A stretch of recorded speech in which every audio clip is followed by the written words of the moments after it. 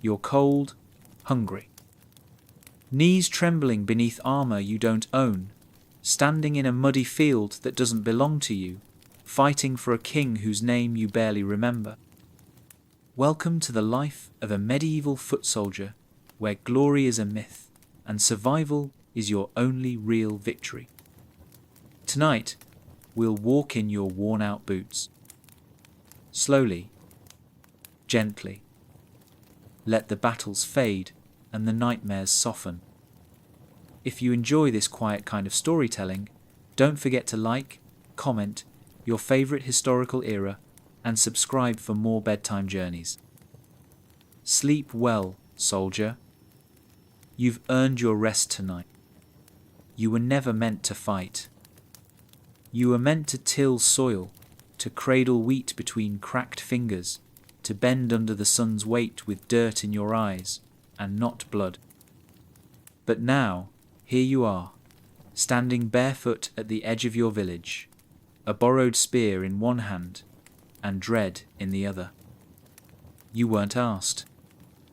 You were summoned by a man on horseback with a scroll, wax-sealed by someone you'll never meet. He read your name like it was carved into destiny. You didn't get to argue. Nobody does. That's just how things work. A lord somewhere had a feud with another lord, and so hundreds of lords beneath him summoned thousands of peasants beneath them. You, like straw pulled from a barn pile, were yanked into war because the pile was too full and someone had to burn. You didn't even have shoes when they came. Just rough cloth wrapped around your feet, and the thin hope they'd let you go because of your age, or your limp, or your mother's tears. They didn't. Instead, they left her sobbing in the doorway, clutching your baby sister, and handed you a dull-edged blade as if courage could be handed out with rusty steel. And that's how your new life began, not with training or honor, but with a walk. A long, slow walk that started in your fields and hasn't stopped since. You walk with dozens of other conscripts, most younger than you, most silent. Some have seen war before. You can tell by the way they don't look anyone in the eye. They know what's coming. You don't, not really, but your gut does. It coils like rope about to snap. At night, your group sleeps under trees or beside roads, shivering under shared cloaks. No tents for foot soldiers, only sky. No firewood unless someone steals it. No meat unless someone dies and the quartermaster forgets to count rations. You learn to eat cold porridge and chew hard bread until your gums bleed. And you keep walking. Your clothes grow stiff with sweat and dust. You stop flinching at the smell of others every one, smells like rot, like old cheese and raw wool. You pass burned villages along the road. Some still smoke, their walls caved in like ribs. You try not to look, but you do. And what you see, charred toys, shattered pots, bones scattered with ash, sits with you, even in your dreams. Especially in your dreams. No one talks about where you're headed. Some say the army's marching to defend a castle. Others say it's an invasion. You try to care, but it's hard to care about motives when your heels are bleeding through bandages. Every few days, another conscript disappears. Some desert in the night. Some collapse on the road and are left behind. You don't ask. You don't say goodbye. That's not what foot soldiers do. You just march and hope you're not next. Eventually, you reach a camp. A sprawling, muddy sprawl of canvas and shouting. The kind of place that smells like horse dung boiled onions, and unwashed men. The kind of place where nobles ride past without seeing you. You're issued a surcoat oversized and scratchy, dyed with the colours of a house you barely recognise. You're given your kit, a bent spear, a buckler with one leather strap broken, and a dagger with a chipped blade. You pretend it's enough. You practice with the other recruits in a trampled patch of mud, thrusting and swinging, slipping and swearing. There are no instructors, only older soldiers barking advice. Don't die like a fool. Aim low, they never armour their legs. Stick with your unit or you'll get picked off. That's it. That's your training. You still don't feel like a soldier. You feel like a farmer in borrowed rags pretending to be brave. But now you wear a uniform. Now you carry a weapon. Now when you look in a puddle, you barely recognize the face staring back. It's gaunter, harder, hungrier. There's a weight behind your eyes that wasn't there before. One night, while digging a trench near the camp edge, you hear a boy crying. No one comforts him, not because they're cruel, but because they understand. If you start letting the fear speak, it won't stop. The only way forward is silence, and mud, and cold. The trench fills with water by morning. You try to rest, but sleep is shallow, chased away by dreams of running, hiding, bleeding. You think about your mother sometimes, and how she used to braid your hair and sing to you on stormy nights. You'd give anything to feel her hand on your forehead now. But you don't cry. You can't afford to. One slip and you'll break apart completely. So you chew your bread. You wrap your cloak tighter. You stare into the dark and pretend you're not afraid. After a few weeks, you're moved again. A longer march this time, through denser woods. You pass the bodies of scouts, hung from trees warnings from the enemy, whoever they are. Your unit stays quiet, even the ones who used to joke. No one jokes anymore. You learn to sleep lightly and walk silently. You learn to follow orders without question. You learn that fear can live inside your bones without ever reaching your face. One morning, your captain gathers the group. You're going to see battle soon, he says. Real battle. Some of you won't return, he adds. His voice is steady, but his eyes flicker like he's already seen your deaths. Maybe he has. He tells you where to stand, what horn signals to follow, what banners to keep in sight. He tells you not to break formation. He tells you it's normal to be afraid. And then he leaves, probably to sit in a warm tent with a map and a mug of mead. You don't blame him. You'd do the same. That night, you sharpen your blade on a rock. You tie rags around your feet to stop the blisters from bleeding through. You clutch the charm your sister gave you, a wooden pendant carved into the shape of a bird. She said it would keep you safe. You want to believe her. You want to believe anything right now. Dawn comes like a whisper through smoke. The sky is grey. Your stomach is empty. You don't know it yet, but today will be the first time you kill someone. And not because you want to, but because it's either him or you, and because you're not a boy anymore. You're not a farmer. You're a foot soldier. And this is how it begins. You sit on a fallen log, staring at the weapon in your hands, trying to convince yourself it could protect you. It couldn't split wood, let alone a man's armor. The spearhead is bent at the tip, as if it had once been used to pry open something better suited to staying closed.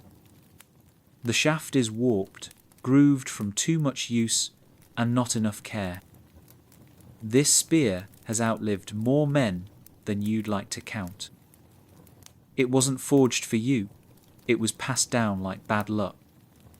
There's no gleam, no polish, no sense of ceremony. No one looked you in the eye when they handed it over. They just shoved it into your hands like a chore. The shield is no better. A buckler, small and cracked, with a leather strap that tears a little more every time you pull it tight. Its face is scratched with names you don't know, initials carved in desperation, blood crusted at the edges from someone who had no chance to clean it. You wonder if the man who last carried it lived long enough to scream. Your armor? You wouldn't call it that. A linen tunic reinforced with strips of boiled leather, some of which are peeling at the edges, curling like burnt paper. One side is heavier than the other, the patchwork stitched by a tired hand. When it rains, the whole thing smells of wet dog and mould. There's no chainmail for you, no plate. Only nobles and knights wear metal. You, the disposable flesh at the front of the line, are expected to absorb the first wave of arrows with your face. You try not to resent the knights, those shining towers on horseback with their polished armor and plumes. But you do. How could you not?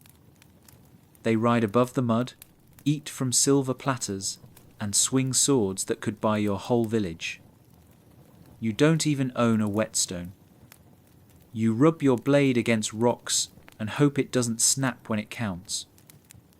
Your helmet, if you can call it that, is made from hammered iron, dented from years of use. It sits awkwardly on your head, pressing into your temple on one side, leaving a gap above your cheek on the other. It rattles when you walk. Sometimes it slips down over your eyes at the worst moments. You tried padding it with cloth, but the cloth grew damp and started to rot. Still, it's better than nothing. You've seen what arrows can do to a bare skull. You'd take discomfort over death any day.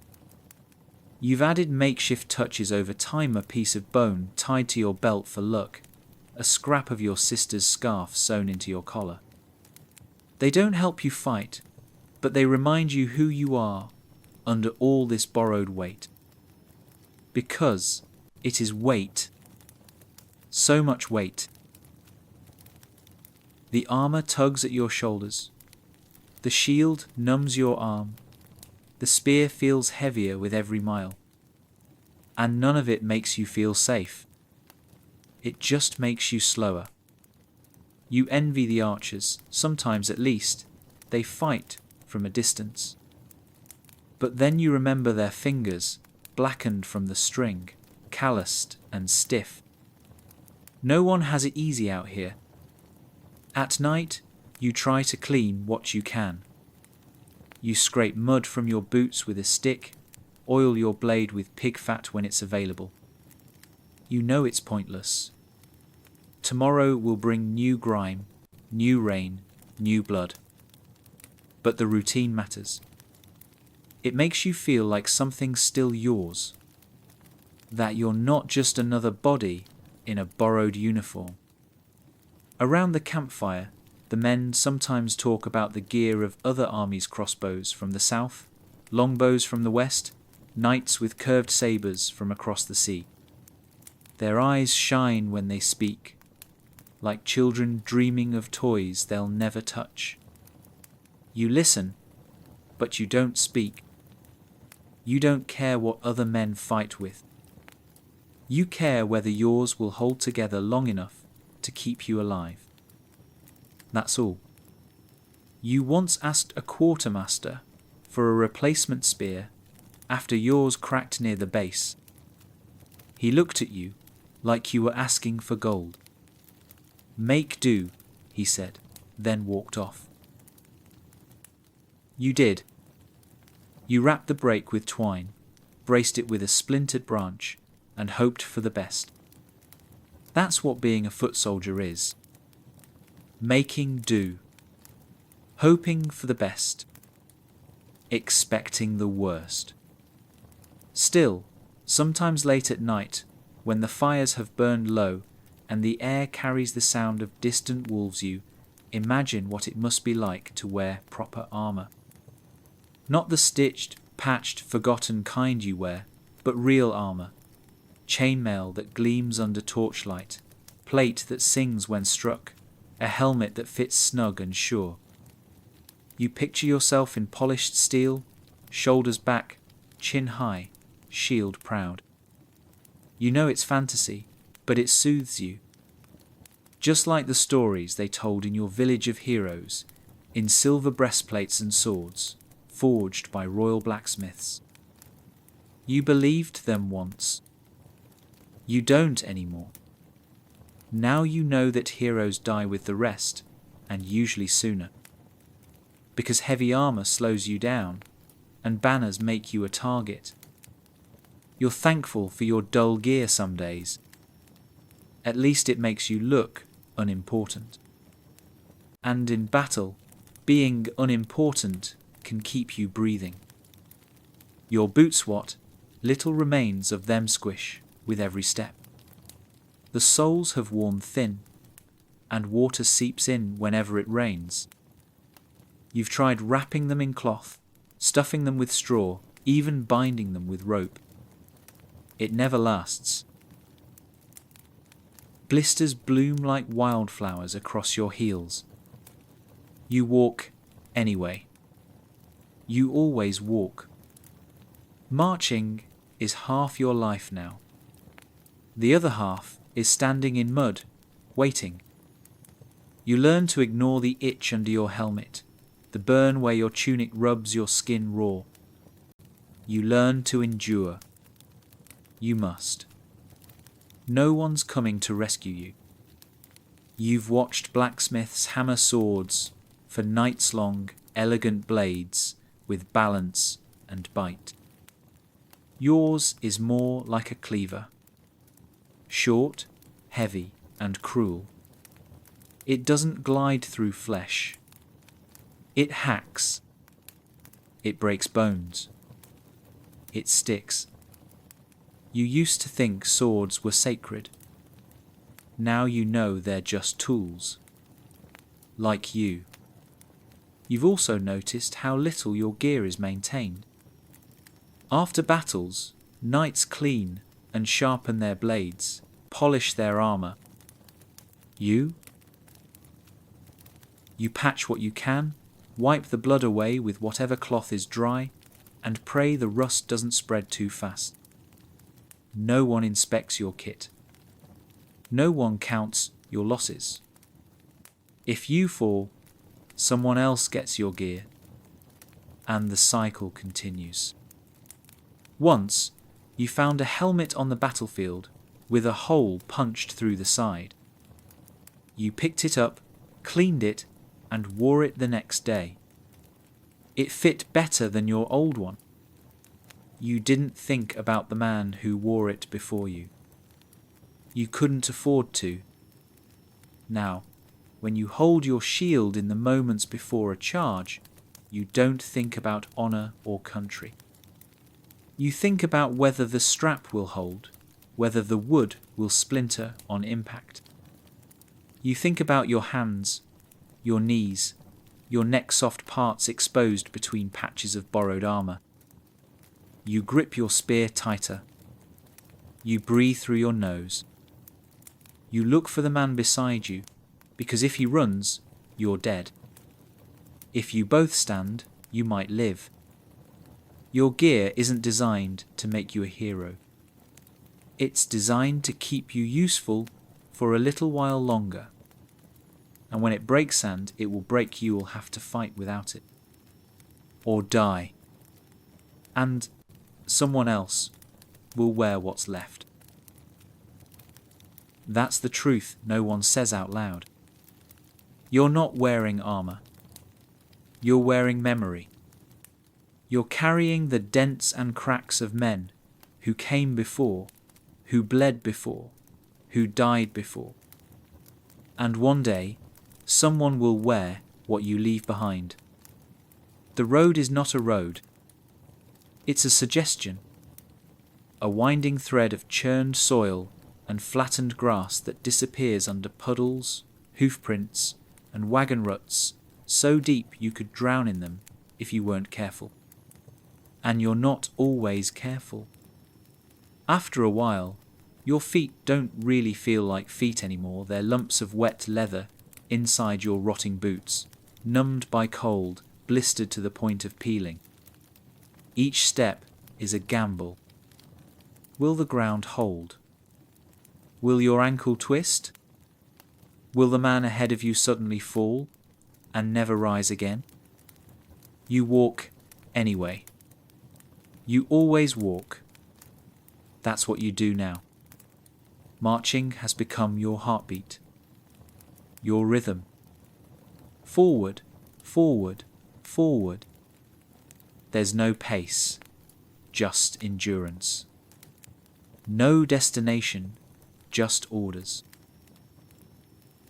You pass forests that whisper of ambushes, fields dotted with half-buried bones, villages so quiet you can feel the absence of life. Sometimes you pass the smell of what was once a town. You don't look. You don't ask. You breathe through your mouth and keep your eyes forward. The line must keep moving. When you stop, you freeze. When you stop, you think. Thinking is dangerous. The man beside you vomited this morning. Something grey and thick, his face pale as ash. You're pretty sure he won't make it to the next camp, but no one says it aloud, saying it would make it real. Instead, someone gives him a rag to wipe his mouth, and you adjust your gear and keep walking. Your pack feels heavier today. Maybe it's the damp. Maybe it's your bones. Maybe it's the weight of knowing that somewhere up ahead there's going to be a battle, and this time you won't be able to walk past it. This time it's waiting for you. The rain comes often, sudden and uncaring, soaking your tunic until it clings like skin. Mud pulls at your boots with every step, as if the earth itself wants to drag you under. The cold creeps up your legs, through your spine, into your thoughts. It settles there. You forget what warmth felt like. You forget what silence sounded like. The march is filled with noise, not shouts or singing, but coughs, grunts, wheezes, the creak of worn straps, the soft squelch of wet boots. Someone hums under their breathen old lullaby, maybe. You don't recognize it, but it's the only music you've heard in days. Every mile is a memory you never wanted. A dog with its ribs showing, trotting beside your column until someone throws a rock. A child staring from behind a ruined fence, her dress too clean, her eyes too old. A crow perched on a broken helm, pecking at something soft inside. You walk past it all. You walk because stopping would mean feeling everything too deeply, and you can't afford that. You're not allowed. The officers ride past now and then on their horses, shouting orders, pretending to understand what it means to walk. Their boots are dry. Their packs are light. Their hands are gloved, clean. You look at them and feel a flicker of hate or envy or something in between. But you bow your head. like the others. It's safer that way. You eat when they let you, usually dried peas, mouldy crusts, the occasional scrap of salted meat. Sometimes you find edible roots or berries along the path, but even those are risky. One man ate the wrong mushroom and didn't wake up. Another drank from a stream and died with foam at his lips. So now you chew what you're given and drink only when told. You share a flask with men you barely know, men who smell like you, bleed like you, dream like you. Or used to. Most of you have stopped dreaming. Sometimes the road turns cruel. Not just muddy, but broken rocks that split souls open, steep hills that turn your thighs to fire, narrow paths where one wrong step means a fall into a gorge or a river swollen with spring melt. You help each other when you can. Lift the fallen. Pass canteens. But you don't talk about it. There's no heroism in this kind of kindness. It's just survival. A quiet agreement between the damned. You start to notice patterns.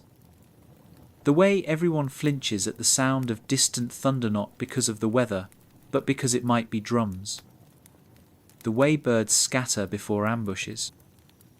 The way officers get quieter the closer you get to battle. They feel it too. One night, you reach a camp that isn't a camp at all, just a clearing with hastily dug trenches and rows of men already sleeping in the mud. No tents. No fires. Just exhaustion. You squeeze between two strangers, pull your cloak over your face, and try to forget how your spine presses against the frozen ground. You wake to shouting. Not battle, just arguments over rations, over stolen boots, over a dead man's coat. You hear a punch, then silence.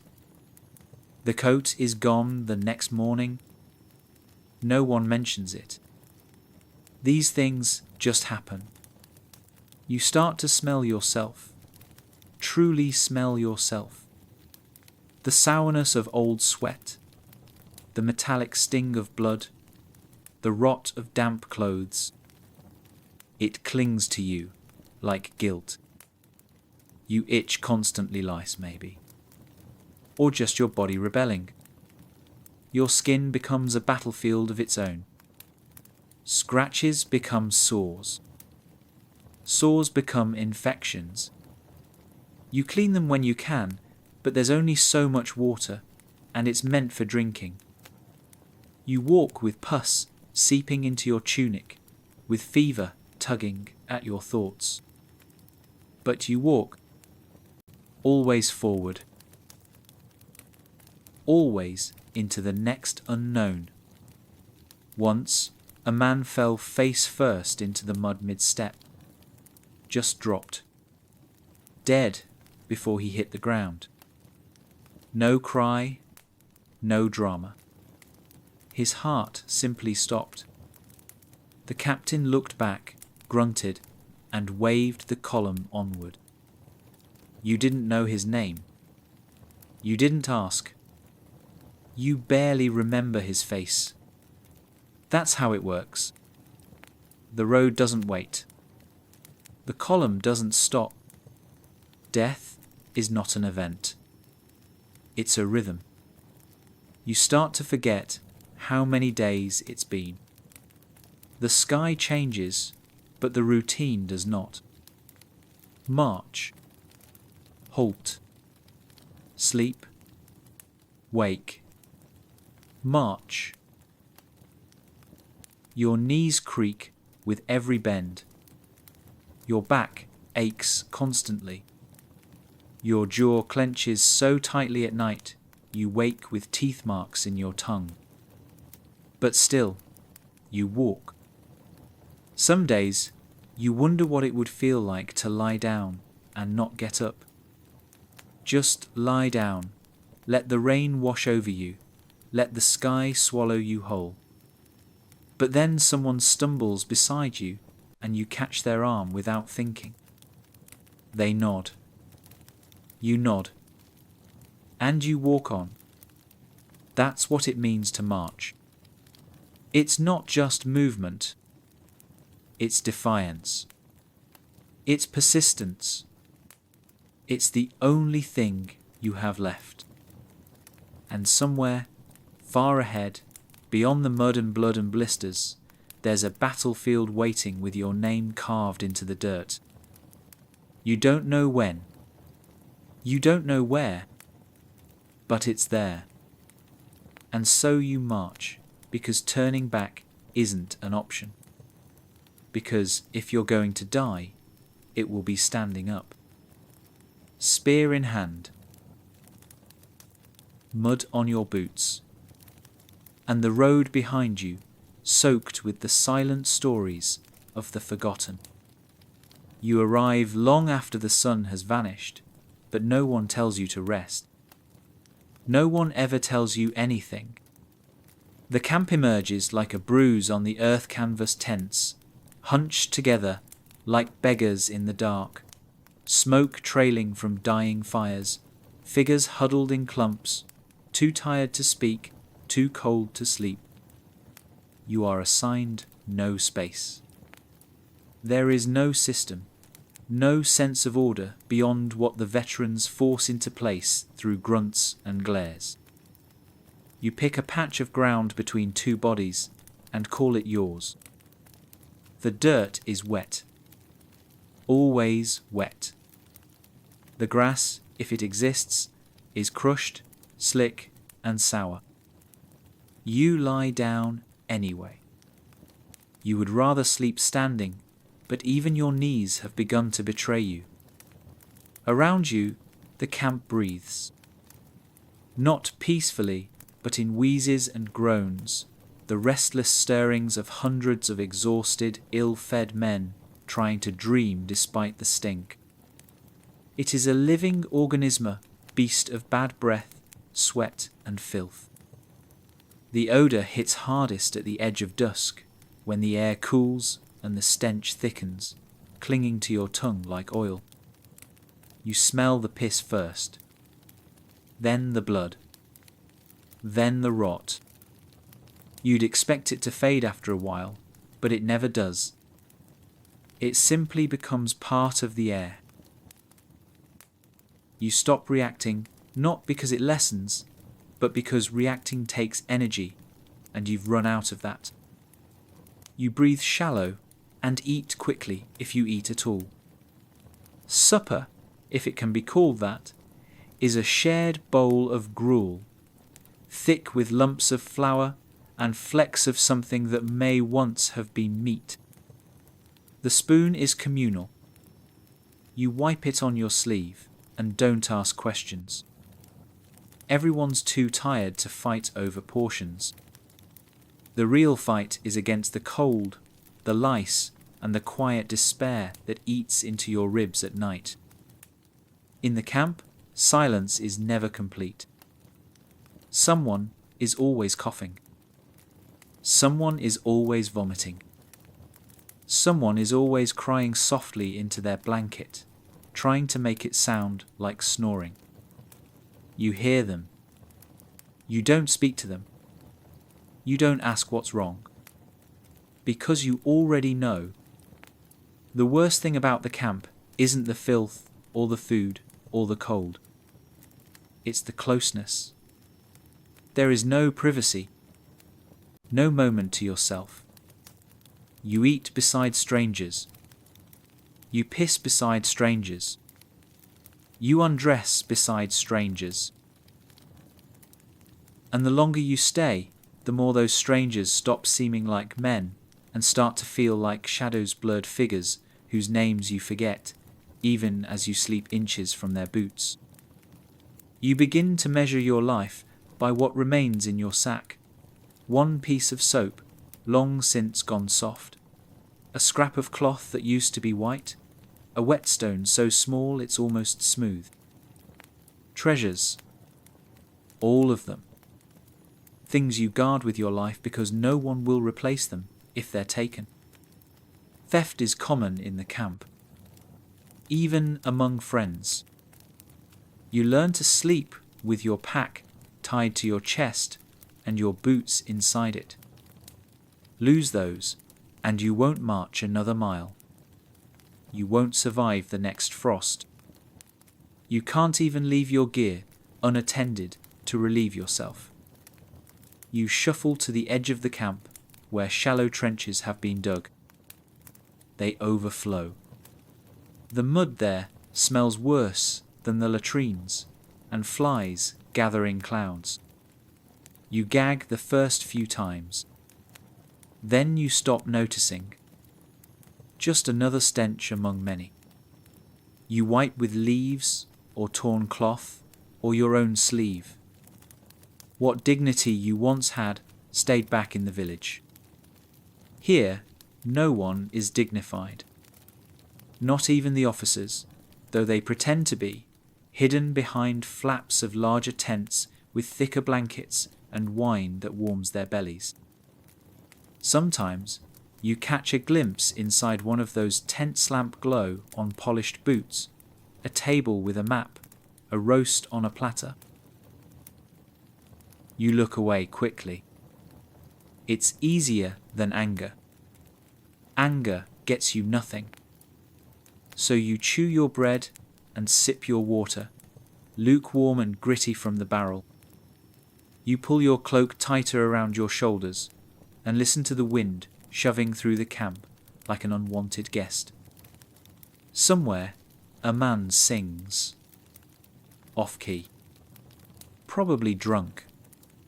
The song ends with a hiccup and silence.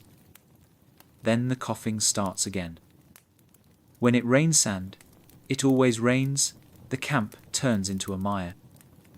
Tents sag with water, collapsing under the weight. Men slip in the dark, gash their knees, tear their sleeves. You wake up wet and stay wet. Blankets become sponges. The ground beneath you turns to soup, swallowing your warmth one shiver at a time. Fires are nearly impossible to keep lit, and without them, even the idea of comfort disappears. You huddle together for heat, even with those you hate. Bodies pressed together under threadbare cloaks, breath steaming into shared air. Your arms ache from holding yourself tight. You lose feeling in your toes. Some men don't wake up. Frostbite, fever, exposure. You try not to look at the corpses. Try not to compare your symptoms. But you always do. You feel your fingers flex your hands. Still here. Still warm. Barely. Days blur together. Routine becomes survival. Every morning, you clean your blade, tie your gear tighter, check your pouch for anything missing. Every evening, you carve out your spot again. Lay your head in the same direction. Wrap your scarf around your ears. You try to pretend that routine makes you safer. But deep down, you know it's just repetition. Not stability. Not order. Just habit. One evening, you catch lice crawling in your sleeve. You crush 3, but know there are more. They bite at night, and you scratch until you bleed. The man next to you pulls off his tunic and shakes out a handful of them onto the dirt. No one flinches. They're just part of the camp now. Like the rats. Like the groans. Like the smell. Sometimes there are stories. A man who escaped and found peace. A noble who died by friendly fire. A prince who walks the camp in disguise, searching for a worthy soldier to raise up. You don't believe them, but sometimes you pretend to. You have to. Otherwise, all you have left is the truth, and the truth is filth and fear and endless waiting. You wait more than you fight. That's the irony. Days, weeks of cold mud and tension, and then a single flash of horror, then more waiting. You start to forget what day it is. You start to forget what it was like to live without the stench of men in your lungs. When the sun comes out, it's a curse. It dries the mud into cracked flakes that itch your skin raw. It cooks the filth until the air is thick with the sour reek of men and meat. It blinds you when you try to sleep. But even that is better than the fog. Fog swallows sound. Fog hides shapes. Fog brings fear. You keep your spear close on foggy nights. You wake at every twig snap. You don't ask if it's wolves, raiders, deserters. You simply breathe slow and quiet and pretend you're invisible. Some nights you write letters. You don't have ink or parchment, but you whisper them to yourself words, to your mother, your sister, a girl who waited once. You don't say them aloud. Just form them in your mouth like prayers. And when the time comes, you close your eyes and imagine the world outside the camp, the smell of baking bread, the sound of church bells, the warmth of your father's coat. You try to hold on to those things, even as everything else slips away. Because in a place like this, where men are packed like meat in a butcher's stall, where stink and sickness are your closest companions, memory is all you have. That and the shallow hope that someday, somehow, you'll leave the camp behind. That someday you'll smell something other than death. You can smell the meat before you see it. A savoury, rich perfume that floats through the air like mockery. You close your eyes and try to remember what real roast tastes, light crisped fat, salted skin, the juice of a properly turned spit. But all your memory gives you is the texture of dry bread, crumbs sticking to your tongue, and the taste of boiled weeds. The scent is coming from the officers' tents, where banners flutter and guards stand tall, eyes fixed on everything but you. You don't belong there. That side of camp might as well be a different country.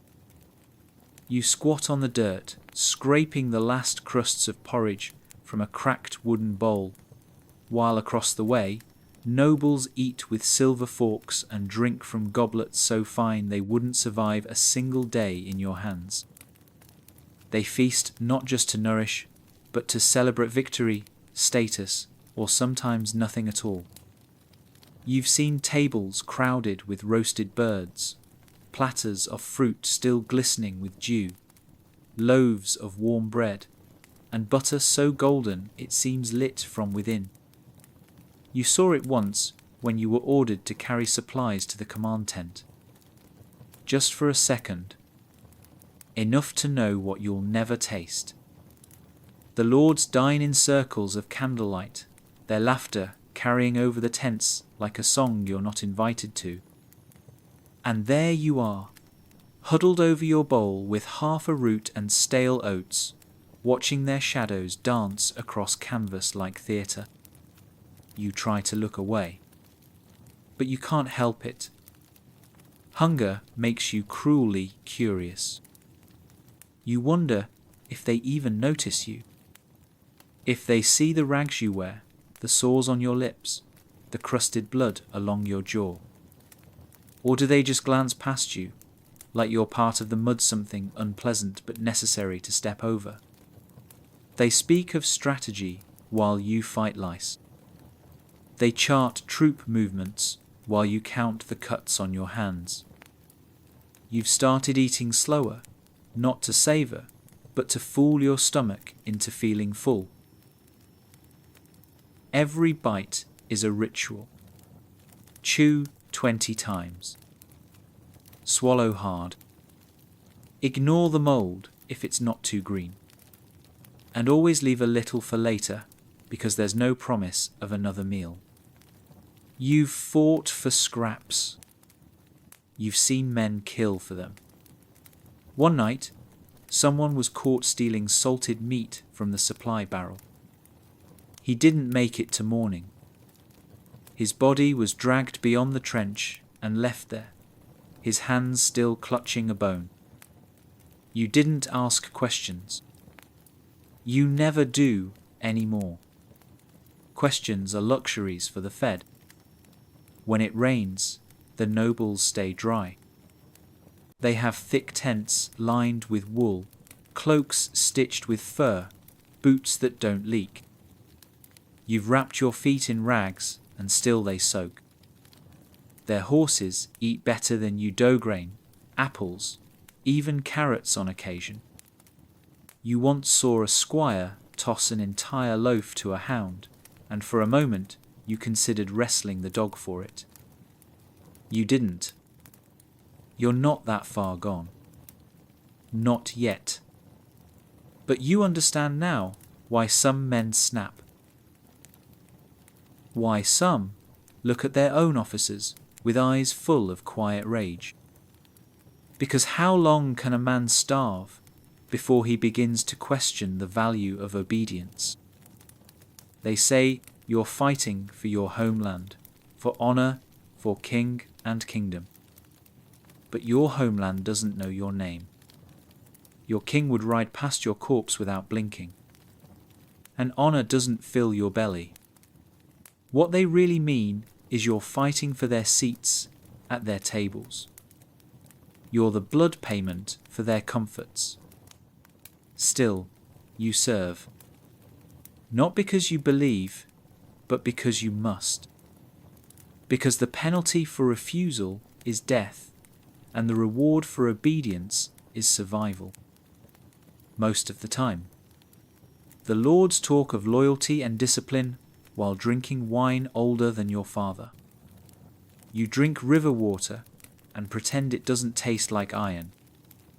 They toast each other with gloved hands, hands that have never held a rusted spear, never flinched from the cold grip of a corpse. And when the time comes to fight, they ride behind you.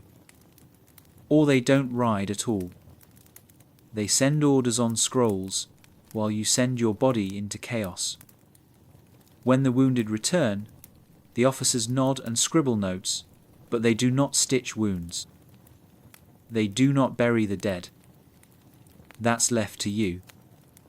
Always to you. You dig the graves, shallow and fast. You fold the arms. You remove the boots because boots are reused. Even the dead give something. You wonder sometimes what will be taken from you when you fall. Your blade? Your cloak? Your name? Will someone scratch it into a rock or whisper it into a fire? Or will you be just another body under a canvas sheet? Another forgotten soul who bled so a noble could drink by firelight? You've started hoarding crumbs, wrapping them in cloth, hiding them beneath your pack.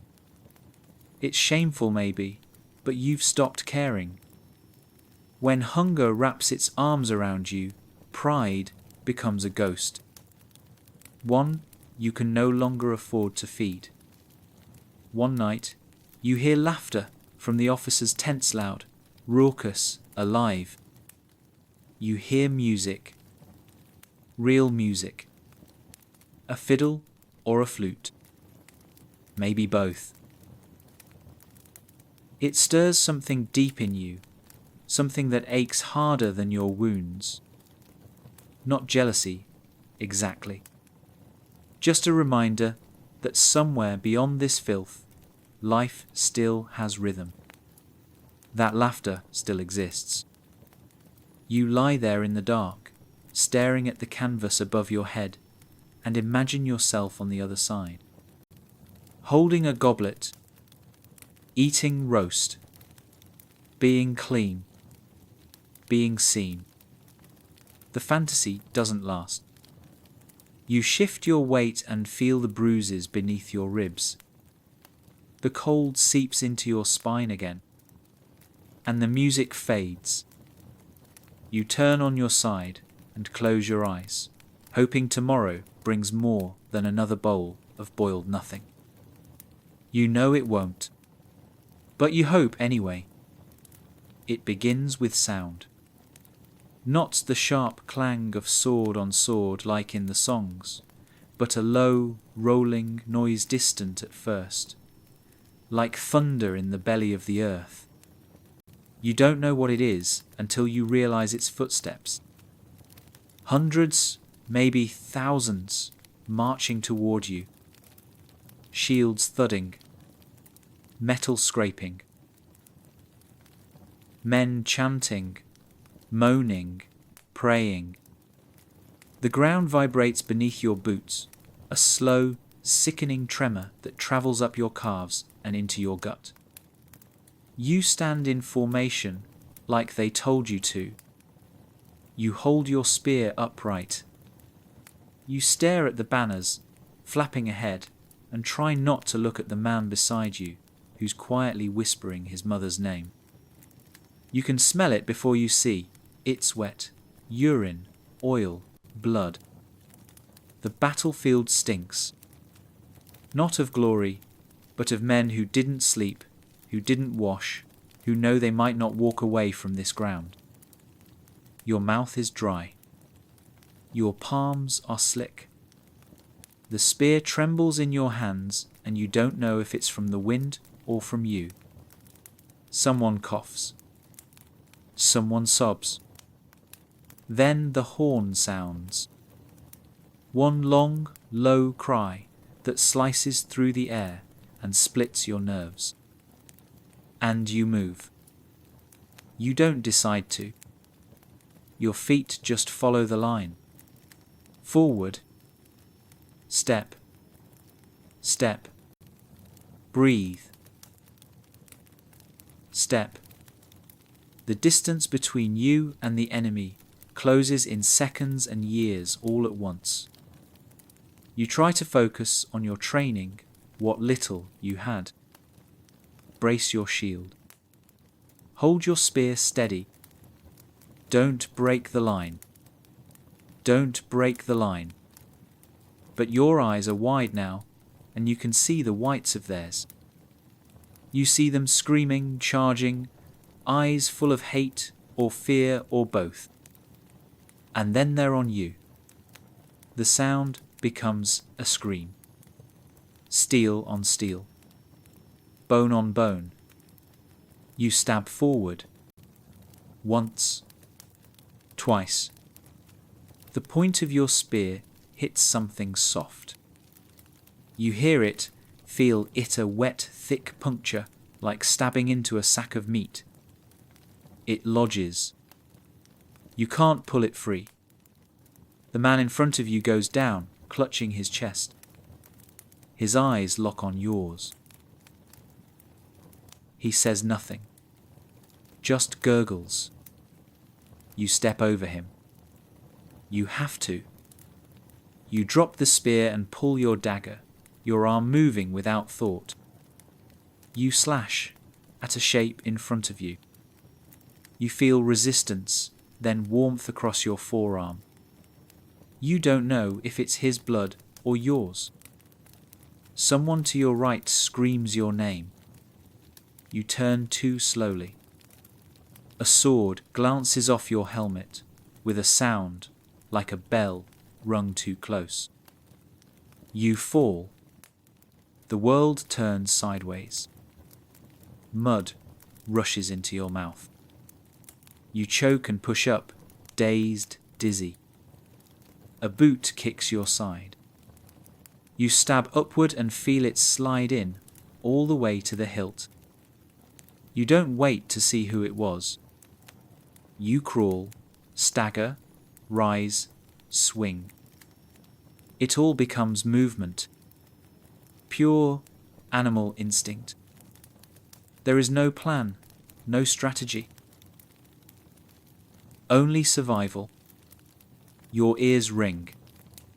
Your throat burns. Your eyes sting from sweat and smoke. Somewhere, a horse screams. You see a rider follower, gleaming, back arched unnaturally, lance still clutched in his hands. The ground is littered with bodies already, some moving, most not. You try not to look at their faces, but you do. One looks like your brother. One looks like a boy from your village. One is the boy who shared your blanket last night. You scream without realizing. Not a war cry. Just a sound. Something primal and wounded and broken. You step over corpses, over shields, over blood that slicks the grass like paint. You slip. Fall. Get up. Your hands are shaking. Your dagger is gone. You can't remember when you lost it. You pick up a Kluber chunk of wood with nails driven through. You swing it blindly. You feel it catch in someone's ribs. You yank it free. You keep swinging. Around you, the chaos ebbs and surges like a tide. Trumpets blare. Arrows whistle overhead. One plants itself in the dirt near your foot. Another finds a neck. The man drops soundlessly. You run. You don't know if it's a retreat or a charge, but you run. Toward or away doesn't matter. Only that your legs are moving. Someone tackles you from the side. You hit the ground hard. Fists, elbows, teeth, everything is a weapon now. You punch until he stops moving. You don't remember drawing breath. You don't remember his face. You just remember the blood on your knuckles and the pain in your chest like something tearing loose. Eventually, it ends. Not all at once, but slowly. Like a fire dying out. The screaming fades. The clash of steel softens. You find yourself standing still. Breathing heavy. Surrounded by quiet. Around you, the field is a nightmare. Bodies. Broken weapons. Shattered helmets. Men crawling, sobbing, whispering prayers to gods who were never here. You drop the club. Your hands are shaking. Your legs buckle. You sit in the mud, unable to cry, unable to speak. Just breathing. Just being. You see a captain riding through the carnage, shouting for survivors. You don't answer. You can't. Your voice is gone. Your thoughts are gone. You feel hollow, like something inside you was pulled out and thrown into the grass with the others. You didn't die, but you're not sure you lived. Someone helps you to your feet. A medic? A friend? You can't tell. You nod. You walk. You return to the camp, or what's left of it. You sit near a fire. You stare into it for hours. You don't feel the heat. You feel something elsey weight in your stomach, a shaking in your fingers. You remember the first man you killed. not his name, just his eyes. You remember how warm the blood was, how heavy the blade felt after. You remember the moment you realized it was either him or you, and how it didn't feel like victory, just necessity, just the end of something you can't get back.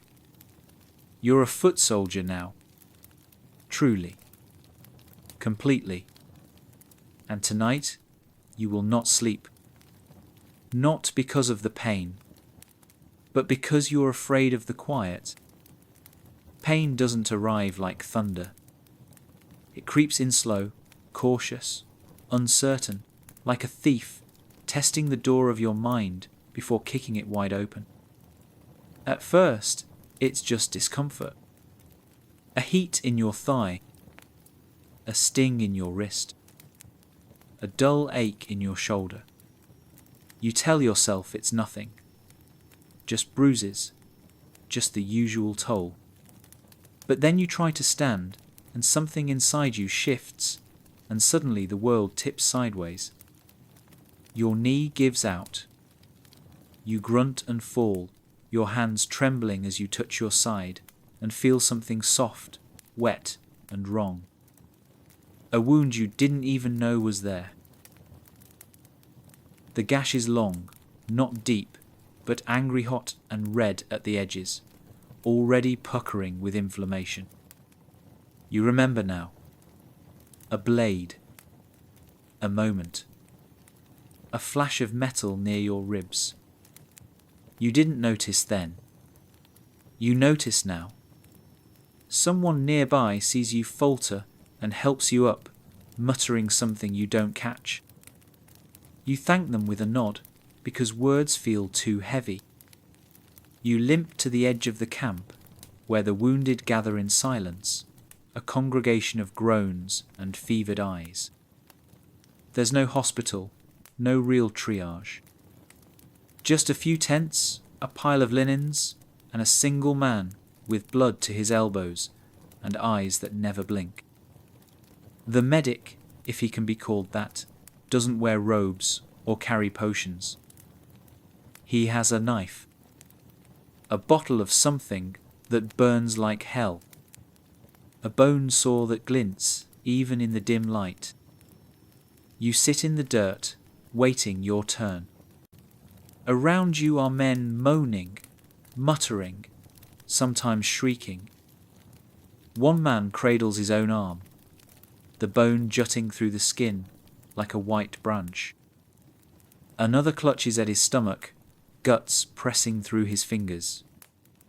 You try not to look. You try not to breathe too deeply. The stench of blood and rot clings like fog. Finally, you're called. He doesn't ask your name, just points. You lift your tunic and show the wound. He frowns. "It'll fester," he says, as if announcing the weather.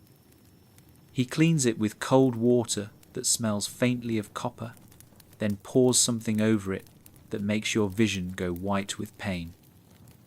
You don't scream, but your jaw clenches so tight your teeth hurt. He stitches it with rough thread and dirty hands. You want to flinch, but don't. Movement risks more pain. When he's done, he slaps a piece of cloth over it and moves on. No words of comfort. No assurance. Just function. You leave the tent with the wound still weeping through the bandage. But at least it's covered. That's something. Pain becomes your constant companion after that. Not a scream in your ear, but a steady whisper always there, always tightening. Your limbs feel heavy. Your muscles twitch at night. The wound pulses with each heartbeat, a quiet reminder that you were lucky this time. Around you, others are not so lucky. You watch a man have his leg taken off at the knee. He doesn't cry until after the sawing is done. Then he shakes for hours, clutching a piece of leather between his teeth. Another man has a wound in his side that turns black overnight. By morning, he's coughing up bile and blood, eyes glassy. No one touches him. Not because they're cruel, but because they're afraid. Whatever he has could spread. Disease doesn't just kill, it empties tents and silences laughter. You start to fear fever more than blades. A slash can be sewn. A broken arm can heal crooked. But infection? It's a death sentence whispered in sweat. You become obsessed with signs. Is that redness spreading? Is this shiver normal? Is that pus or just dirt? You pick at your wound, clean it with cold water when you can. Use scraps of cloth stolen from corpses as makeshift bandages. Anything to stay ahead of the rot. But it's not just your body. Pain lives in your thoughts too. You wake from shallow sleep with phantom aches, dreaming of injuries you never received. You feel wounds that aren't there, hear cries that aren't real. You sit up, gasping, only to find yourself surrounded by others doing the same. You're not alone in your torment. But that doesn't help. You've learned the difference between pain and suffering. Pain is the broken skin. Suffering is the silence that follows. You begin to understand how some men simply give up. You see it in their quiet retreat. They don't complain. They don't scream. They just lie still. Breathing slows. Eyes fade. And then they're gone. Not from any injury. Just from exhaustion. From weight. From being too full of pain and too empty of hope. You fear becoming one of them. So you keep moving. Even when it hurts. Especially when it hurts. You walk with a limp. You grunt with every step. You shift your weight and lie on your uninjured side. You ration your water. You talk to yourself sometimes, just to remember your voice. Because the moment you stop, the moment you give in to stillness, you know what comes next. Winter doesn't arrive with a roar.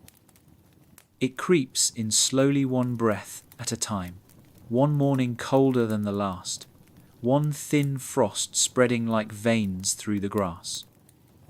And then one day, you wake to find your blanket frozen stiff and the air so cold it burns your lungs just to breathe. Your body aches from the night, not because you fought, but because you slept. Or tried to. Sleep becomes the hardest part of winter. Your fingers curl in on themselves during the night, stiff and blue. You wake with your jaw clenched, teeth sore from grinding against the chill. You shake, not from fear, but from your bones trying to remember warmth. The siege has locked you in place, stationed outside the castle walls, like forgotten statues. No movement, no escape. No fire large enough to reach everyone. The noble tents burn brightly, always. But out here, you huddle in groups beneath patched cloaks, bodies pressed together under makeshift shelters of sticks and cloth. You bury yourself in the earth like a worm and pray the snow doesn't find you. It always does.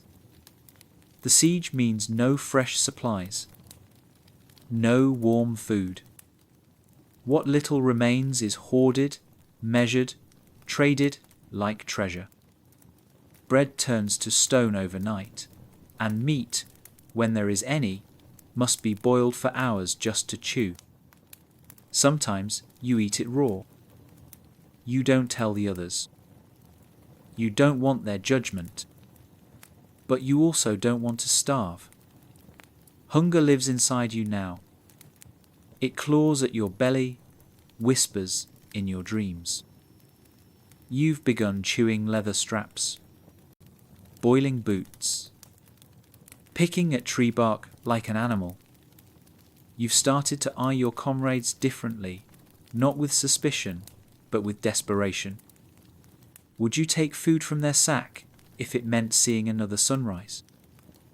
Would they take yours? One night, someone tries. They reach into your blanket while you sleep. You wake with your hand already at their throat.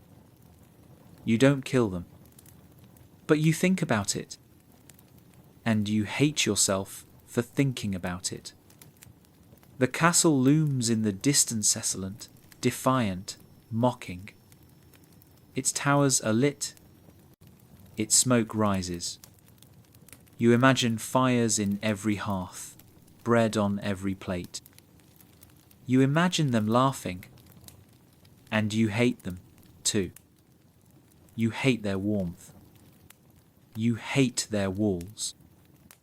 You want to see them fall.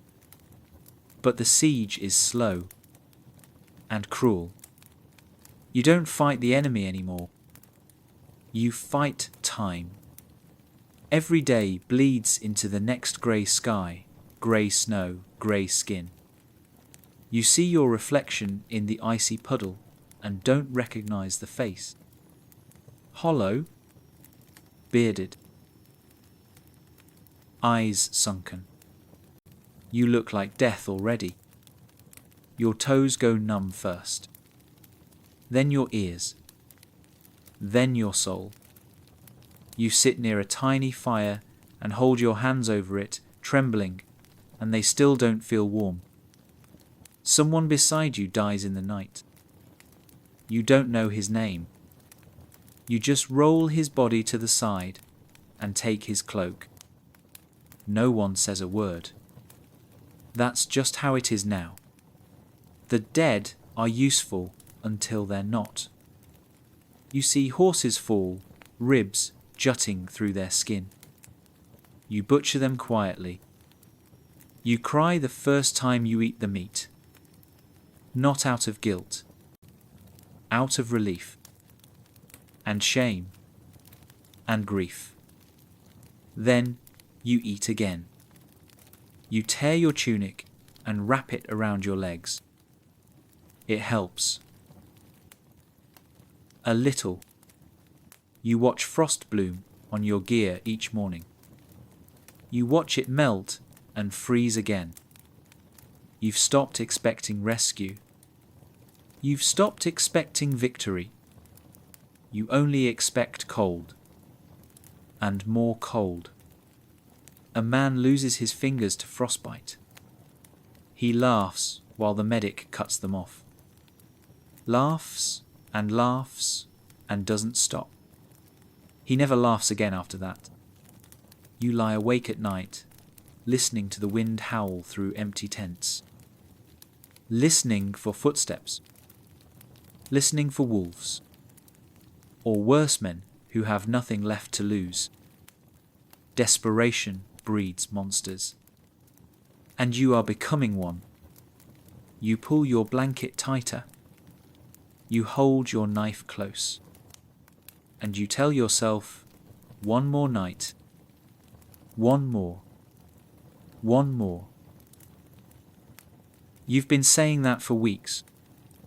You were taught that war is holy. That to bleed for your king is to be seen by God. That every arrow loosed in defense of the righteous sings with divine purpose. But when you lie in the mud, bruised and half frozen, watching a crow peck at the open mouth of a boy who still has milk on his breath, you stop believing in songs. You stop believing in a lot of things. They gave you a charm before you marched. A wooden cross, a cloth with a saint's face, a shard of bone someone swore belonged to a martyr. You wore it proudly at first. Now it hangs from your neck like a memory. Not a blessing. Not a shield. Just wait. You've seen too many of the faithful die screaming. Men who prayed every night and still had their skulls split like melons. Men who begged saints for mercy and found only steel. You try to pray anyway. At night, when the stars flicker through torn canvas, you whisper old words. Words your mother taught you. Words that once felt like comfort. Now they feel like superstition. Like muttering spells into the dark. You're not sure if God is listening. You're not sure if he ever was. Still, you pray. Because what else is there?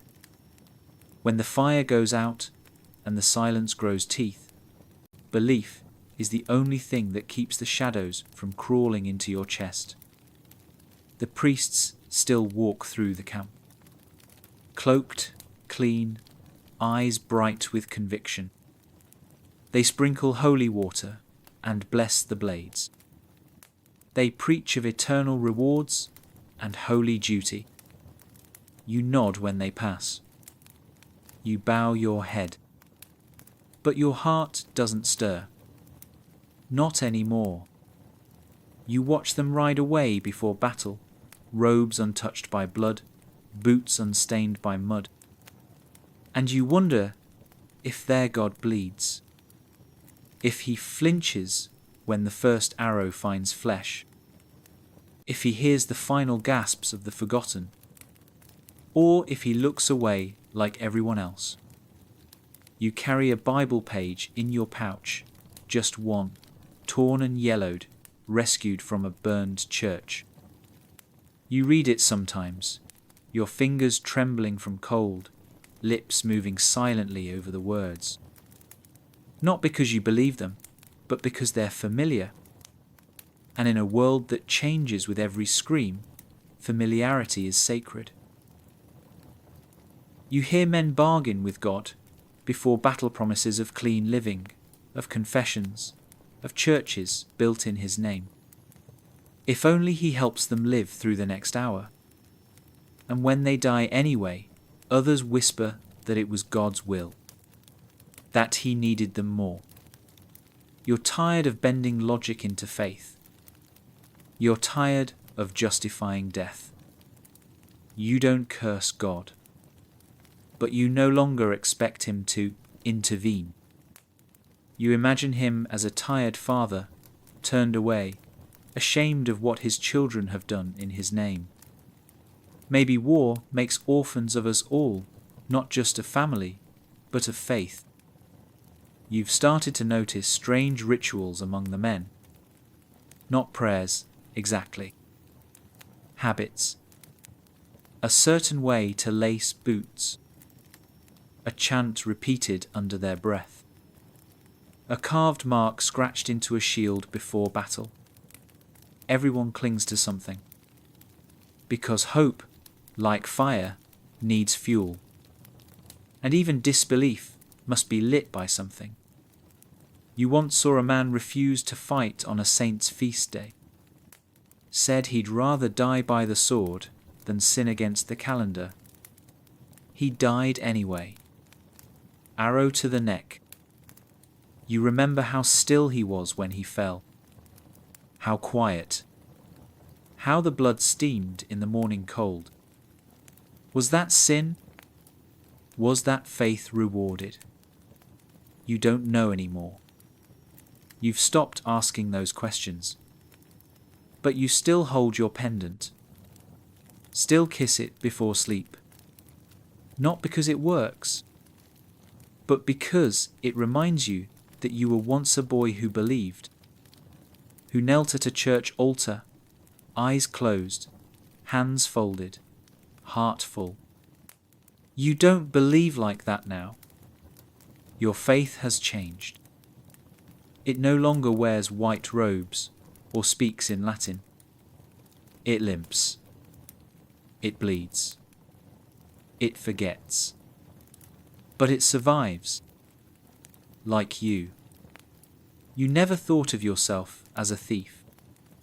You were raised to respect the dead, to speak their names softly, to cross your chest when walking past graves. But war changes everything. It teaches you that reverence doesn't feed your stomach. That honor won't keep your fingers warm. That sometimes the only way to live is to take from those who no longer can. The first time you loot a body, it doesn't feel like looting. It feels like necessity. The man was already gone, eyes glassy, blood pooling beneath him, limbs twisted in a way no one could survive. You were starving. You were barefoot. You saw his boots, cracked but intact, and you knelt down slowly, almost apologetically, and pulled them from his feet. They were still warm. You tried not to think about that. You tried not to think about who he was, where he was from, whether he had a mother like yours. You just tied the laces tight and stood up. They fit. That night, your feet didn't bleed. That was the moment you understood. The battlefield is a marketplace, and the currency is death. Everybody holds something useful: food, weapons, scraps of cloth, a coin pouch hidden in the boot. You start to see fallen men, not as soldiers, but as storage. You hate yourself for it. At first. You whisper apologies when you search their coats.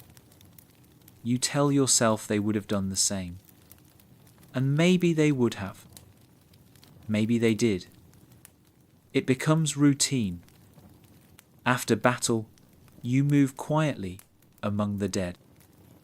You don't rush. You don't draw attention. You wait until the officers have passed, until the priests have moved on, until the last breath has left the field. Then you kneel. You don't take everything, just what you need. A knife here, a strip of wool there, rations wrapped in oilskin, a water skin not yet punctured, a man's belt if yours is fraying. Once you find a letter folded neatly in the pocket of a man with half a face. You read it. It's from his wife. She's pregnant. She tells him she's afraid. She tells him to come home safe. You fold the letter and bury it under a rock. That's the most you can offer now. Some men strip the bodies completely, laughing as they collect coins, earrings, even gold teeth. You don't. You don't want jewelry. You don't want keepsakes. You want warmth. You want food. You want silence. You learn to spot the new dead from the old.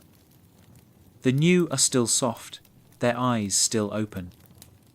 The old have been lying too long, their skin tight, their mouths blackened, their clothing stiff. You work quickly.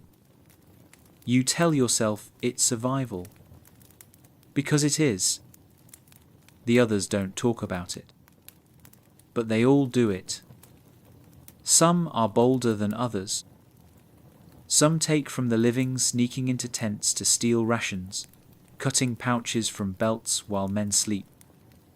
You've seen it happen. You've looked away.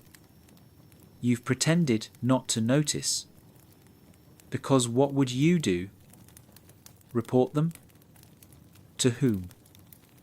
The same officers who feast behind guarded tents? The same men who'd let you starve without a thought? No. There's no justice out here. Only chance. You get what you can, and you move on. You've stopped asking where things come from. A cloak is a cloak. A knife is a knife. Ownership dies with its owner. Once you find a ring. Gold. Plain, but heavy. It's still on the man's hand. You hesitate. Not because you care. Because the hand is clenched. You try to pry it open. The fingers won't move. They're locked by rigor. You pause. Then you reach for your dagger and start to cut. The moment the blade touches the skin, the man groans. Alive, not dead. You freeze. He looks at you not angry, not scared. Just tired. You back away, stammering apologies. You leave the ring. He dies by morning. You don't go back. Looting becomes part of your rhythm. March, fight, loot, rest. You become good at it. Fast. Discreet. You learn to avoid officers' bodies, too dangerous, too noticed. You go for the common men, the ones no one counts. Like you. Once you find a music box in a soldier's pack. It still works. You wind it slowly and listen to the tinny melody. It's beautiful. You close it and hide it deep in your sack. Not because it's valuable, because it reminds you of something soft, something you forgot existed. You don't tell anyone. It's yours. Yours, in a world where nothing ever is. Sometimes you find names carved into weapons. You pause when you see those. You read them aloud, quietly. Then you carry the blade. You tell yourself you're keeping them alive in some way.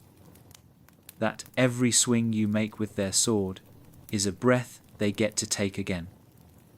It's foolish, sentimental, but you hold on to it. You need something to feel human, because the line between survival and savagery is thin. You've seen men cross it.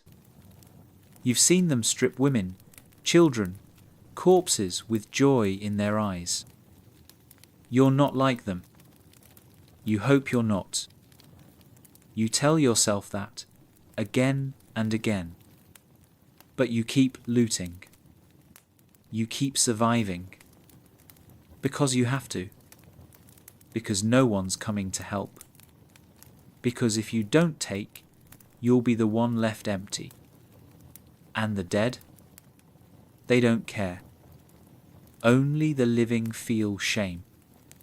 You expected to die by the sword.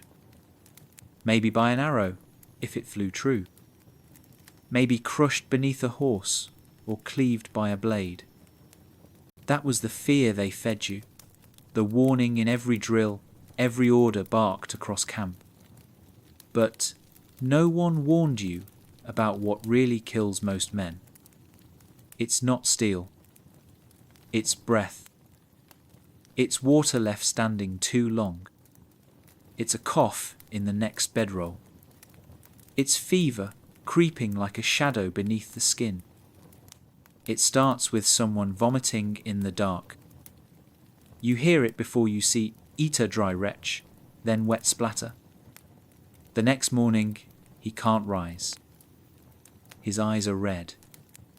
His skin is slick. They carry him to the edge of camp, lay him on a blanket, and mutter prayers while pretending not to step too close. He's dead by nightfall. The next day, another man is coughing. Then 2 more. Then 5. The camp grows quiet not in mourning, but in fear.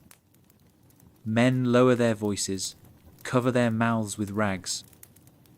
Some smear herbs under their noses. Some wear charms. Some run.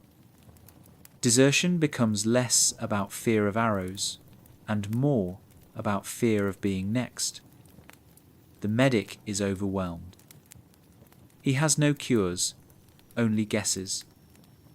He applies leeches to fevered men, pours vinegar over wounds, and mutters about humours and spirits. Some men pray.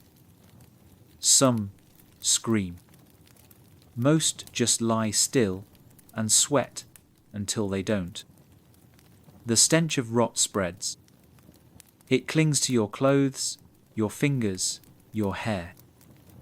You try not to touch your face. You try not to breathe too deeply. You boil your water now. You dig your latrine farther from your tent. You wash your hands with ash. It feels like superstition, but it's all you have. One night, your bunkmate doesn't wake. He was fine the day before eating, laughing, sharpening his blade.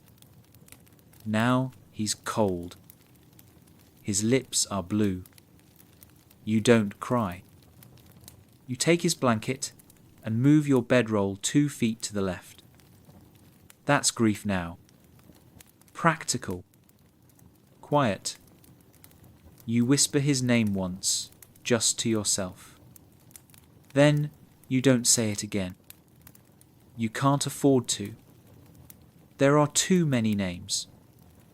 The officers start enforcing rules. Tighter quarters. No shared flasks. No open wounds unattended. But it's too late. The camp is infected not just with sickness, but with paranoia. You've seen what dysentery does. Men leaking blood, too weak to stand, their skin turning pale like paper left in the sun. You've watched boils bloom on backs and shoulders, red and angry, bursting like overripe fruit. You've smelled gangrenous, sweet, sick rot of flesh that refuses to stay alive. Once you walked past a tent and saw a man's foot, just his foot lying beside him, blackened, detached, the skin curling like burnt wood. He stared at it with hollow eyes. No screaming. Just silence. You start checking your own body obsessively. Every bump, every sore, every cough. Is it the cold? Is it death? You learn that pain can be comfort. At least pain means you're alive. At least pain means you're still fighting. Fever is the worst. It doesn't hurt the body so much as it unhooks the mind. You wake drenched in sweat, clawing at your blanket, unsure of where you are. Your dreams blend with the world faces of the dead float above you, mouths moving without sound. You feel watched, hunted, haunted. One night, in a fever haze, you think you see the devil himself leaning over your cot, his eyes deep and gleaming like coals. When you wake, there's no one there. But the dream doesn't leave. It clings to your skin like the sickness. Some men carry charms carved from bone. Some burn herbs. Some chant. All of it feels useless. Disease doesn't care about faith. It doesn't care about rank. You've seen captains weep as their skin broke into sores. You've seen men who killed a dozen on the field fall weeping from a cough. You hear whispers now that the enemy poisoned the wells, that a witch cursed the land, that God is punishing everyone. You don't believe any of it, or maybe you believe all of it. Belief is fluid now. like your thoughts. Like the pus that leaks from wounds that won't close. The worst part isn't the dying. It's the waiting. The watching. The dread of waking up with a sore throat or a feverish brow. The knowledge that no matter how hard you fight, your own body might turn against you. That you could die not in glory, but in filth. In silence, forgotten, face down in your own blood, without sword or song. You pray again not for safety, but for swiftness. If it comes for you, let it come fast. Let it take you before the fever dreams twist your mind into something unrecognizable. Let you stay yourself. Let you die human. It begins in murmurs, not shouts, not swords drawn, just whispers quiet, hungry ones. Around the fires, while picking mould off bread crusts. During long marches, under breath. In the moments between orders, when officers aren't looking. The grumbling starts with food. Or rather, the lack of it. Your stomach has turned against you, folding inwards like dried parchment. You chew nothing for hours and pretend it was enough. Then the ration cuts come again. The meat disappears first. Then the bread grows thinner. Then the peas vanish. One day, you're handed a single turnip. The next, nothing. And yet the officers still eat. You see the deliveries, smell the stews they hide behind their tent flaps. Your nose doesn't lie. You hear laughter when your belly growls. It gnaws at you not just hunger, but betrayal. You didn't expect kindness from war, but you expected fairness. And this is a hunger that punishes more than the gut. It punishes faith. You keep quiet at first. You all do. Because grumbling gets you whipped. But silence is heavier than starvation, and the words begin to slip out. Someone says the quartermaster is hoarding. Someone else says the captain was seen selling boots to a merchant while men walked barefoot. You want to believe it's just rumour. Lies, maybe. But then a friend, someone you trust, gets caught stealing food and vanishes before nightfall. No trial. No voice. Just gone. The next day, his blanket is folded neatly. His gear redistributed. No one speaks his name. That's when something changes in you. A crack. A shift. You no longer care who leads. You no longer believe in rank. You no longer see banners as symbols. They're just coloured cloth, fluttering over injustice. You still obey orders, but now it's out of caution, not respect. You nod at officers while imagining their faces in the mud. You keep your blade sharp, not for the enemy, but for what might come after. Then the coin stops. Not that you ever saw much to begin with. But now it's official. No pay until spring. Spring? You might not live to see spring. You gave up your farm, your family, your name for what? A letter of service? A promise inked by a noble hand that will never touch a hilt? You find others like you. You always do. The angry ones. The cold ones. The men who have already buried their brothers, who already look half dead. It doesn't take much to bring them together. A glance. A nod. A broken sentence. You don't call it rebellion. Not yet. You call it fairness. Asking for what you were owed. Food. Shelter. Coin. Dignity. One night, someone steals a bag of oats from the officer's tent. It's passed around in silence, eaten in handfuls. No one speaks. But you all feel it. A bond. You're not just hungry men. You're wronged men. The next morning, the officers find footprints. They question no one. Instead, they beat a random soldier, break his nose, bruise his ribs. He wasn't involved. You know that. But now he is. And so are you. That's how it spreads. Injustice is contagious. You don't plan the mutiny. You don't even say the word. It just happens. A cart of food is intercepted. A guard is struck from behind with a shovel. An officer's tent is found slashed open, his maps burned. You expect chaos.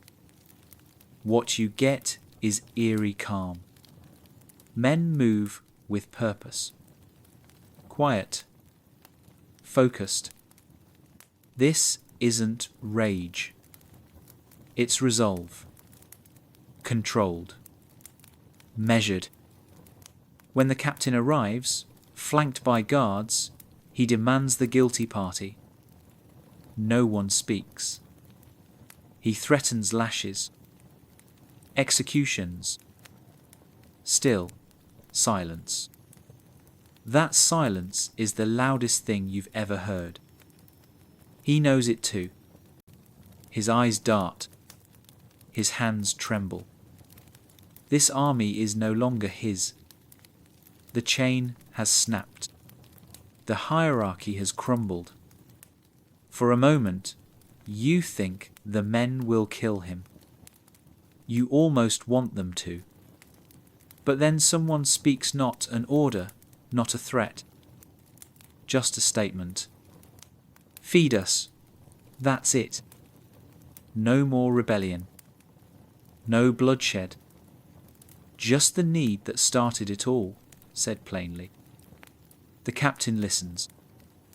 He turns and walks away. By nightfall, food is redistributed.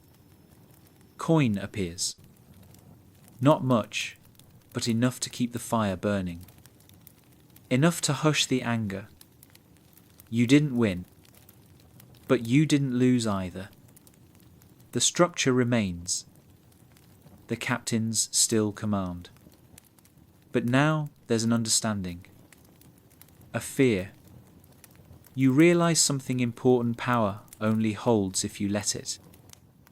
You carry that truth like a second blade. Quiet. Hidden. Sharp. When they tell you the war is over, it doesn't feel real. You expect horns. Cheers. A feast maybe. Some great reckoning. But instead, it comes as a muttered order, passed from one man to the next like gossip. The battle is done. You've survived. You hear it, and you just sit there. Still. Numb. Staring at the same cold fire pit you've warmed your hands over for weeks. No one claps you on the back. No one sings. There's no kiss on your cheek, no coin in your hand. You expect something to change in you, but nothing does. The ache in your legs, the tightness in your chest, the weight behind your eyelids, all still there. You don't feel victorious. You feel finished. So you pack what's left of your belongings a blade, with a cracked handle, a shirt too torn to mend, a cloth pouch with crumbs, and a single lucky coin. You sling it over your shoulder and begin the long walk back, feet dragging through the same dirt roads that brought you here seasons ago. But this time, you're not marching in a line. This time, you walk alone.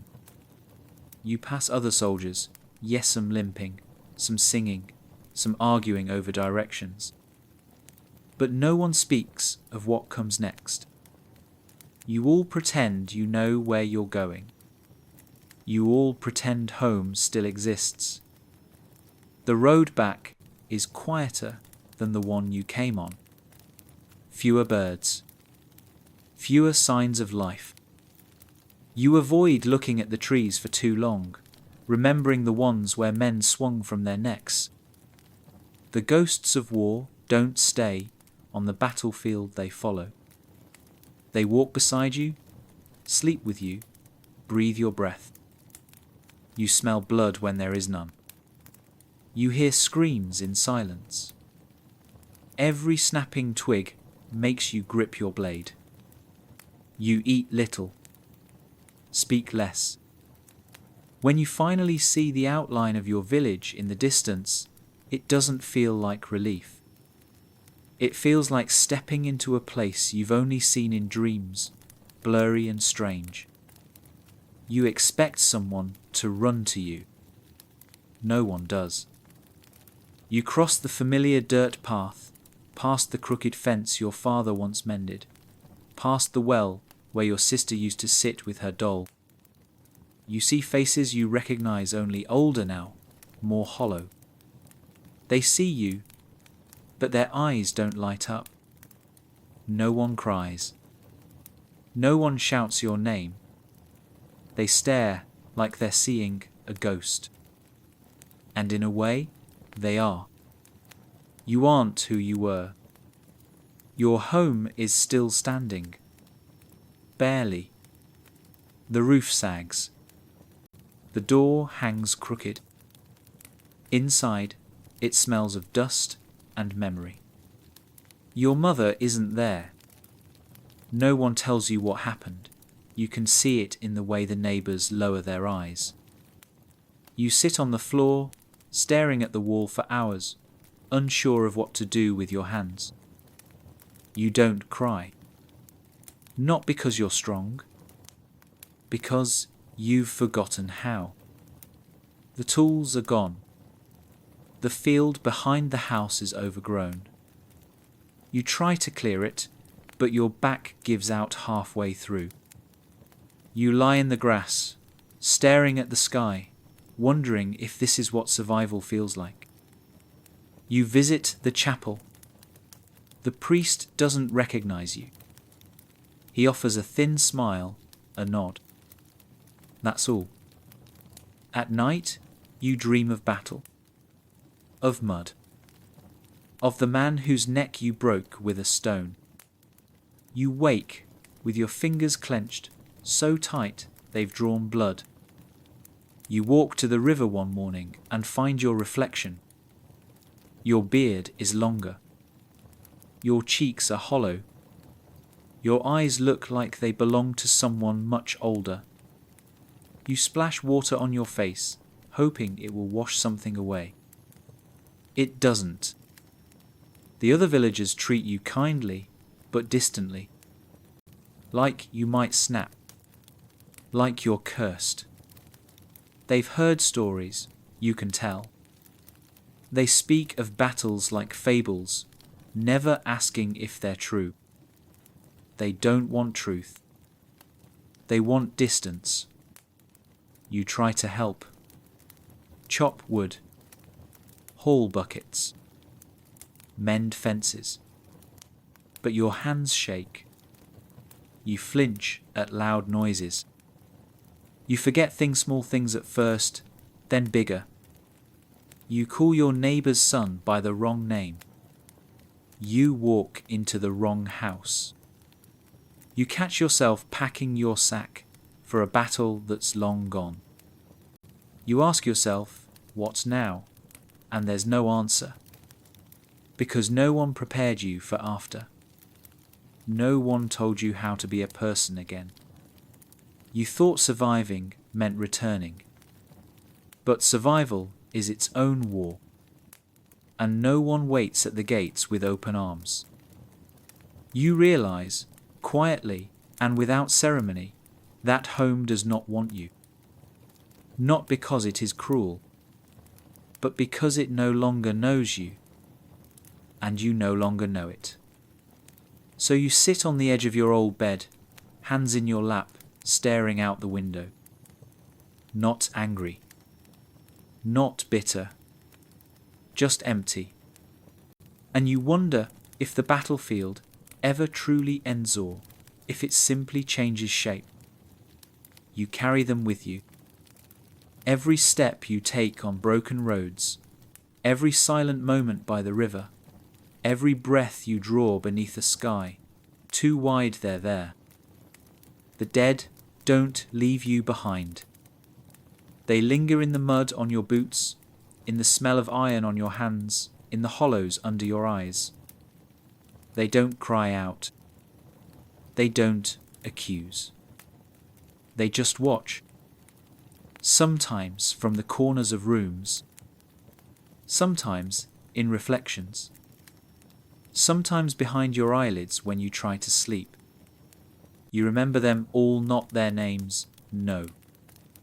Those disappeared long ago, but you remember the way they died. The one who bled out calling for his mother, the one who tried to hold in his intestines, whispering he wasn't ready. The one who laughed as he died, not from joy, but from the absurdity of it all. Their faces are stitched into your memory like old scarshigly, but permanent. You dream of them every night. Not always violently. Sometimes they're just there, sitting beside you at a fire, watching you eat. Sometimes they say things. Nothing terrifying. Just fragments. I miss apples. It's cold. Tell my brother. You wake with those words lodged in your chest like a blade. You try to write them down, once. Try to make a list of the ones you lost. But you never finish, because the list never ends. You live among the living again, technically. You walk through markets. You see children laugh. You nod when someone greets you. But your mind is never fully here. Part of you is always marching, always bleeding, always staring down a dying man and waiting to see which of you blinks first. Time passes. People forget. They start to treat you like anyone else. The baker smiles. The priest nods. Someone even asks you about marriage. You smile back. You nod. You give the expected answers. But deep down, you know you're pretending.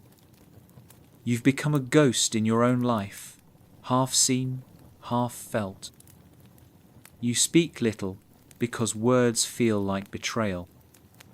How do you talk about death without making people look away?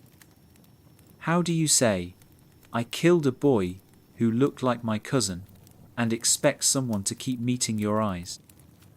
You find small ways to keep their memories alive. You light candles in secret. You whisper names into the wind, even if they're names you invented, names the dead didn't get to keep. You carve marks into your belt. Notches. One for each face you remember. One for each moment you wish you could erase or relive or explain. You never tell anyone what they mean. You carry your sword still not because you need it, but because it feels wrong to be without it. Like leaving behind a part of your spine. Sometimes children ask to see it. You let them. You let them hold it, too heavy for their arms. You let them play, even as your stomach tightens. Because they don't understand. because it's better that way.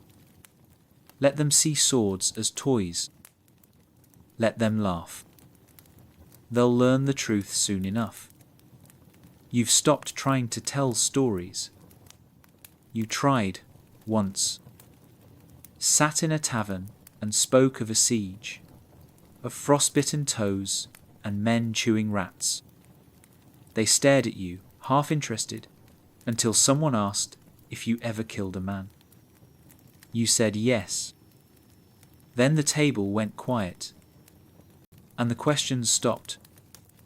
After that, you kept your stories to yourself. You talk about crops now, or weather, or prices, safer things, forgettable things, but the ghosts remain. You see them in the fog that rolls over the field in the early morning. You hear them in the crackle of firewood. You smell them in rusted iron, in damp leather. They wait for you. Not out of malice. Not out of punishment. Just presence. Just memory. Because they were never buried properly. Never named. Never mourned. So you carry them. Quietly. Without glory. Without recognition. When festivals come, you stand at the edge of the crowd, watching lanterns float skyward. You don't participate. You just watch. You tell yourself you're just tired. But really, you're thinking of the men who never saw another festival, who died in the mud with snow in their mouths. You wonder sometimes if you died with them, if what returned home wasn't you, but something hollow shaped in your image, something built from dirt, blood, and silence. You speak to yourself more now, at night, in the quiet. You answer your own thoughts out loud. It doesn't scare you. It comforts you. It makes you feel less alone. The dead don't judge. They just listen. And so you talk. About pain. About fear. About how the world moved on without you. About how the biggest wound is not the one you bled from, but the one that never closes. No one will write your name in books. No marble will bear your likeness. No bard will sing your deeds in candle-lit halls. You won't be remembered as a hero, not because you lacked courage, but because you lacked status. The history of war is carved by kings and generals, by those who watched from towers while you bled in the dirt. They'll say a great battle was won. They'll say the line held. They won't say who held it. They won't say your feet blistered in frozen mud, or that you fought with a broken spear, or that you tore fabric from a fallen comrade's tunic to stop your own bleeding. You'll be a number, if that. A line in a ledger. A faded name on a roll call buried in a basement. You used to think that mattered. You used to think dying with your name remembered would make it all worth it. But now you understand legacy differently. You see it in the boy who inherited your boots, in the woman who didn't have to give up her child because the enemy was held back, in the village that still stands because you didn't run. Your legacy is not carved in stone. It is sown in soil. It is fed through quiet things. You left behind no titles, no land, no scrolls of honor. But you left behind space. A future. You were not the hero. You were the foundation the hero stood on. The flesh in the shield wall. the breath between arrows, the hands that dug trenches and held lines and stitched wounds with shaking fingers. You were one of thousands, one of millions, and without you, nothing would have stood. They'll never say that, but you know it now. You feel it deep, deeper than the blade ever reached. You matter not in the way legends matter, but in the way the earth does unseen, vital, endless. You sit beneath the same sky where the war first found you. The stars haven't changed.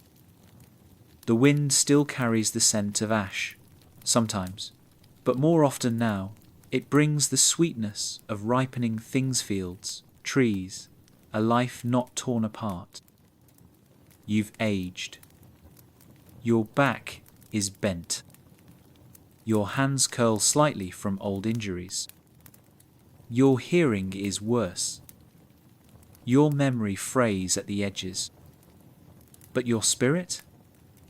It's not gone. Just quieter. Softer. Sometimes the young ones ask about the war. You smile gently and say, "I did my part. That's enough." They don't need to know the details. They don't need to see the scars. You give them what you never had, peace. You teach them how to sharpen a blade, yes, but also how to mend a coat, how to recognize a fever early, how to comfort a friend without words.